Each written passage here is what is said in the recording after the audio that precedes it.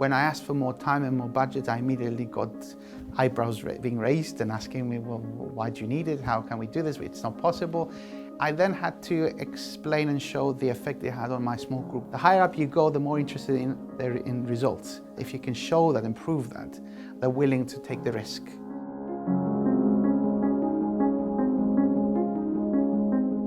As a maths teacher, and I think a lot of people will share the same thing, we like when we see students have a light bulb moment.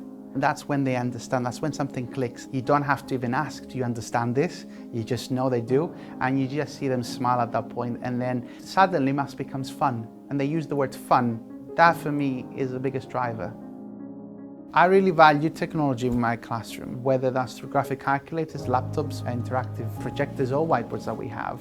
That's because of the interaction that the students and I have. So I happened to be in a conference where I came across the graphic calculator.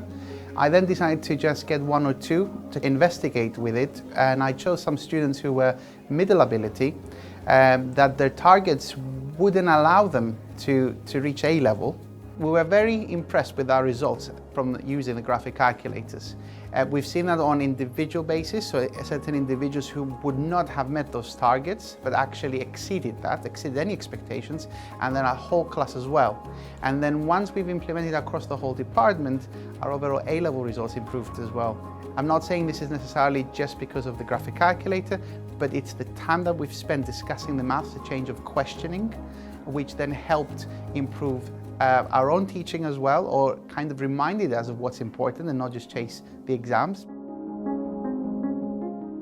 School budgets are very, very tight. So if you're interested in bringing this into schools and looking at how you can support some of your more vulnerable learners, then you can speak to your Senko, speak to your equity champion, speak to your raising standards lead, speak to your pastoral lead, and see if anybody has a little pocket of money that you can dip into, and then bringing all of those different things together, you might just have enough to get started with your pilot. Students were keen to have their own calculator as well. I remember in the first year we had students holding their mobile phone, which they weren't meant to, but you could see the device in their pockets, and then inside their pocket here they were holding the graphic calculator. It became a cool thing. It was a weird thing, but the buzz was around the school and everyone was talking about the maths department.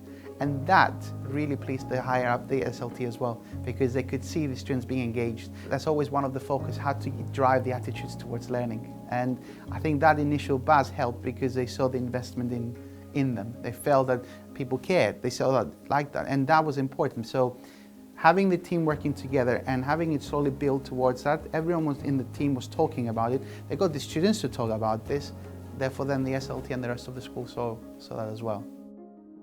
But until those members of staff see the benefits, are shown it by somebody who's excited, enthusiastic and passionate about it, they won't know it's a possibility. If they're not used to technology, it can be challenging, because one, it's asking them to change the way they're teaching, and time is a scarce resource in the profession.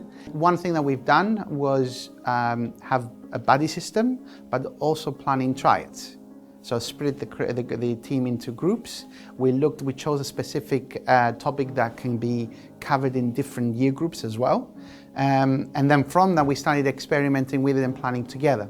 And it also changed the whole culture of the team this way, because they had a common cause. We looked at the actual maths knowledge a bit more. We went deep into that as well. So it wasn't just about the calculator, because a lot of our conversations was about the maths. I sympathise. The teachers are very busy. To find the time to be able to explore the benefits of a new technology and graphing calculators. We encourage people to ask for time out, which they're entitled to in our school, to go on professional development courses that link to their use of technology. If you're a teacher who's interested and you're thinking, how can you get your colleagues on board? You'll have to show them the evidence. You'll have to show them where it works, get them talking to others and seeing it used in classrooms and showing them students that are using it and the benefits that come from it. So I remember a teacher asking me if I thought I knew everything about straight line graphs, and I said, yeah, of course I do. He asked me to think, what's the graph of x cubed plus 3xy plus y cubed equals 1 look like? And I didn't know, of course, it's very complicated. But he showed me on the calculator, and sure enough, that's a straight line. It was. I thought, how did I get to this stage of not knowing that, and what's going on? Why is this the case? And then he said, well, look what happens when we change that 3, that coefficient of x, y in the middle. And then all sorts of wonderful things happened. And that opened up a whole branch of A-level maths. You know, it was all about implicit differentiation, the binomial expansion, surprisingly, that put in an appearance. All sorts of ideas came together purely from the technology motivating a question, which then surprised us. And it's a very real example of where I have thought differently about mathematics and become a better mathematician at this level because of the way that the technology made me think. Some of the things that I've used to help to support it is I've contacted Casio.